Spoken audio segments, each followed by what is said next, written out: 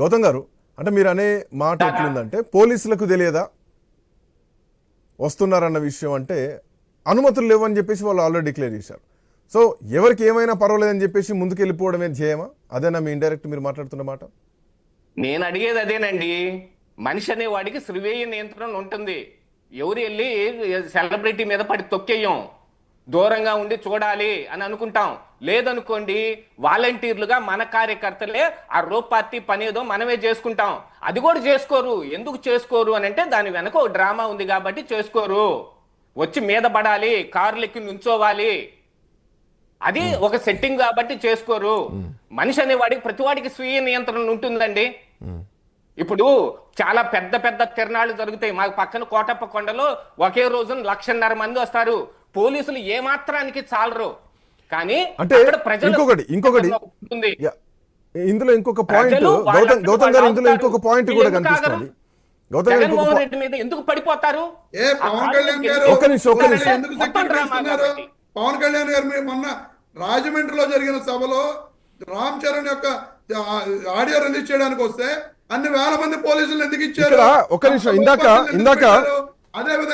ఇందాక మహేష్ గారు ఒక మాట అన్నారు. 1 సెకండ్, ఒక్క నిమిషం. కార్మన్స్ రమేష్ గారు ఒక్క నిమిషం. ఇందాక మహేష్ గారు ఒక మాట అన్నారు. గౌతమ్ గారు మీరు మాట్లాడిన దీనిపైన, ప్రభుత్వం చేస్తున్నటువంటి మంచి పనుల్ని ప్రజల్లోకి తీసుకెళ్లకుండా ఒక పొలిటికల్ డైవర్షన్ జరుగుతోంది. అండ్ ఒక మహిళా ఎమ్మెల్యే పైన కామెంట్లు చేస్తే సొంత పార్టీకి చెందినటువంటి వాళ్ళు మాట్లాడి కౌంటర్ ఇచ్చే లోపే ఇంకొక డైవర్షన్ జరుగుతోంది. సో ఇట్లాంటి నేపథ్యంలో చంద్రబాబు నాయుడు ముఖ్యమంత్రి సొంత మంత్రులకు ఎమ్మెల్యేలకు ఆదేశాలు ఇచ్చారు. సో వాళ్ళకు అసలు మీరు కనీసం పార్టీ ప్రచారం చేసుకునేటువంటి పరిస్థితులు లేరా, సో మనం చేసే మంచి పనులు కూడా చెప్పేటువంటి పరిస్థితులు లేరా అని ఎమ్మెల్యేలకు ఇచ్చినటువంటి పరిస్థితి. బట్ సిచ్యువేషన్ ఏమో డైవర్షన్, రోజుకొక రకమైన హంగామా నడుస్తుంది. ఇటు ముఖ్యమంత్రి ఎమ్మెల్యేలకు మంత్రులకు ఇంకో కాషన్ ఇస్తున్నారు.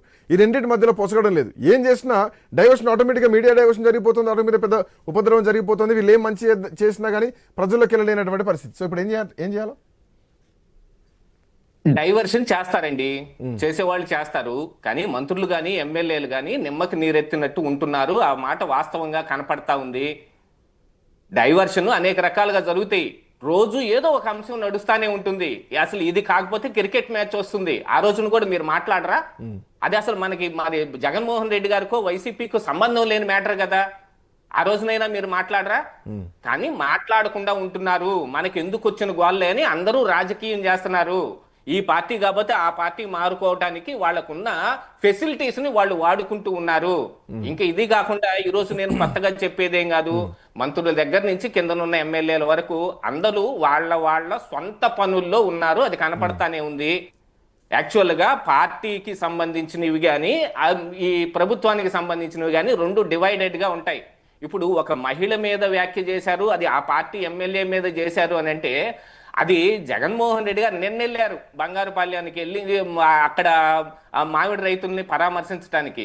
కానీ ఇది మొన్ననే జరిగింది. మొన్ననే మాట్లాడిన వాళ్ళు ఎవరున్నారు? వంగలపూడి అనిత గారో లేకపోతే ఆ మహిళా కమిషన్ చైర్మన్ రాయపాటి శైలజ గారో మాట్లాడారు తప్ప మిగతా ఎమ్మెల్యేలు ఎవరు పట్టించుకోలేదే. కనీసం మహిళా ఎమ్మెల్యేలు కూడా బయటకు రాలేదే. దాని గురించే ప్రస్తావించాల్సి వస్తుంది. వీళ్ళు కేవలం రాజకీయమే చూసుకుంటున్నారనేది మాత్రం ఇక్కడ ప్రస్ఫుటంగా అర్థమవుతోంది.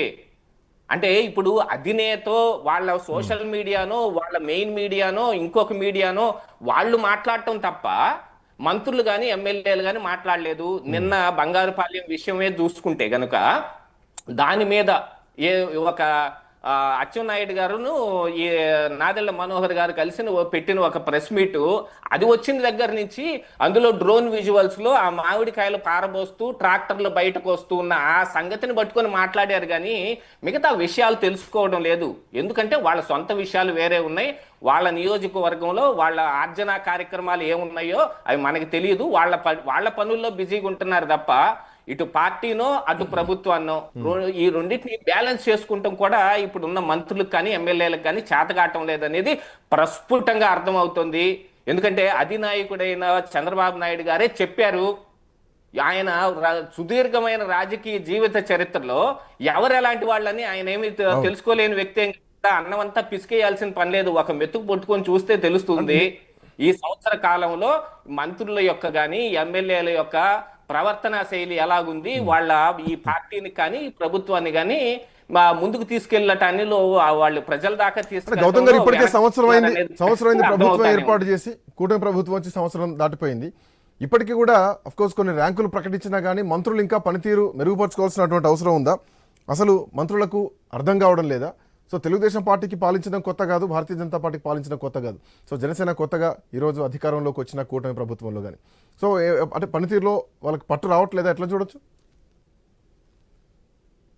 యాక్చువల్గా ఇక్కడ చూస్తేనండి, మరి ఈ భారతీయ జనతా పార్టీ అయితే ఫస్ట్ నుంచి ఏ అంశం మీదన వాళ్ళు ఎప్పుడు బయటకు వచ్చింది ఏం కనపడలా. మనం మీడియాలో మాట్లాడుతున్న ప్రతినిధులు తప్ప సోషల్ మీడియా కానీ లేకపోతే ఇతరత్ర యాక్టివిటీస్లో కానీ భారతీయ జనతా పార్టీ ఫుల్గా డల్లుగానే ఉంది. మొన్నటికి ఏదో మరి ఆ విష్ణుకుమార్ రాజు గారు మాట్లాడిన ఒకటి మాత్రం హైలైట్ అయింది తప్ప మిగతా ఏ అంశంలోనూ వాళ్ళు ఎప్పుడు బయటకు వచ్చింది ఏం కనపడటం లేదు. ఇక మరి ఇప్పుడు ఇక్కడ లోకల్ పార్టీస్ అంటే ప్రాంతీయ పార్టీలు కాబట్టి వీళ్ళ మనుగడని వీళ్ళు కాపాడుకోవాలి కాబట్టి ఇటు తెలుగుదేశమో జనసేనో వాళ్ళైతే బలంగా తిరుగుతున్నారు. కానీ మంత్రులు ఎమ్మెల్యేలు వీళ్ళదంతా ఒక సెక్షన్ కనపడతా ఉంది. కింది స్థాయి నాయకులు కార్యకర్తలు వాళ్ళదంతా ఒక సెక్షన్ కనపడతా ఉంది. ఈ వేడి కిందనున్నే వాళ్ళే ఎక్కువ ఉత్సాహంగా కనిపిస్తూ ఉన్నారు తప్ప వాళ్ళు ఇప్పుడు వెనకటి ఒక సామెత చెబుతూ చూడండి, అది కొంచెం మొరటుగా ఉంటది కానీ వాళ్ళందరూ తిని కూర్చున్నారండి. వాళ్ళ పరిస్థితి అయితే అలాగనే కనపడతా ఉంది. ఎమ్మెల్యేలు కావచ్చు, మంత్రులు కావచ్చు, మనకు పదవులు వచ్చేసినాయి. ఈ 5 సంవత్సరాల పాటు ఈ పదవి మన దగ్గర నుంచి తీసుకునేవాడు ఎవడు లేడు. అంటే మంత్రి పదవి అయితే కనుక మరి 2.5 సంవత్సరాల తర్వాత ఒకవేళ ఏమన్నా ఇది పెట్టినప్పుడు పోయే అవకాశం ఉంది. కానీ ఎమ్మెల్యేగా అయితే తీసేయరు కదా. అందుకని వాళ్ళదంతా ఒక స్థాయి లాగాను, వాళ్ళు వేరే రకంగాను, వాళ్ళ ఆలోచన శైలి అలాగుంది. ఇది ప్రస్ఫుటంగా కనపడుతుంది. అది కూటమిలో ఏ పార్టీ అయినా సరే అలాగనే ఉంది. ఖచ్చితంగా వాళ్ళు కూడా ముందుకు రావాలి. ఈ ప్రభుత్వం ఇది చేసింది, ఇదిగో మీకు ఇది మంచి చేసాం అని ప్రజలకేం చెప్పాల్సిన అవసరం లేదు. కానీ మిగతా విషయాల్లో కనీసం మొన్న ప్రసన్న కుమార్ రెడ్డి గారు చేసిన ఆ వ్యాఖ్యల మీద బయటకు రావాల్సిన అవసరం ఉందిగా. సోషల్ మీడియాలోనో మెయిన్ మీడియాలోనో మీరు మేము నోరు పెట్టిన దాకా మాట్లాడాం కానీ పార్టీలో వాళ్ళు ఎందుకు రారండి? మీ పార్టీకి సంబంధించిన మహిళే బయటకు రాలేదు. పోనీ మీ కూటమికి సంబంధించిన మహిళ వాళ్ళు బయటకు రాలేదు. అసలు రాజకీయ నాయకులు ఈ అంశం మీద ఇదేం మనకి పట్టింది కాదులే అన్నట్టుగానే కనిపిస్తా ఉంది. వాస్తవం అయితే అదే.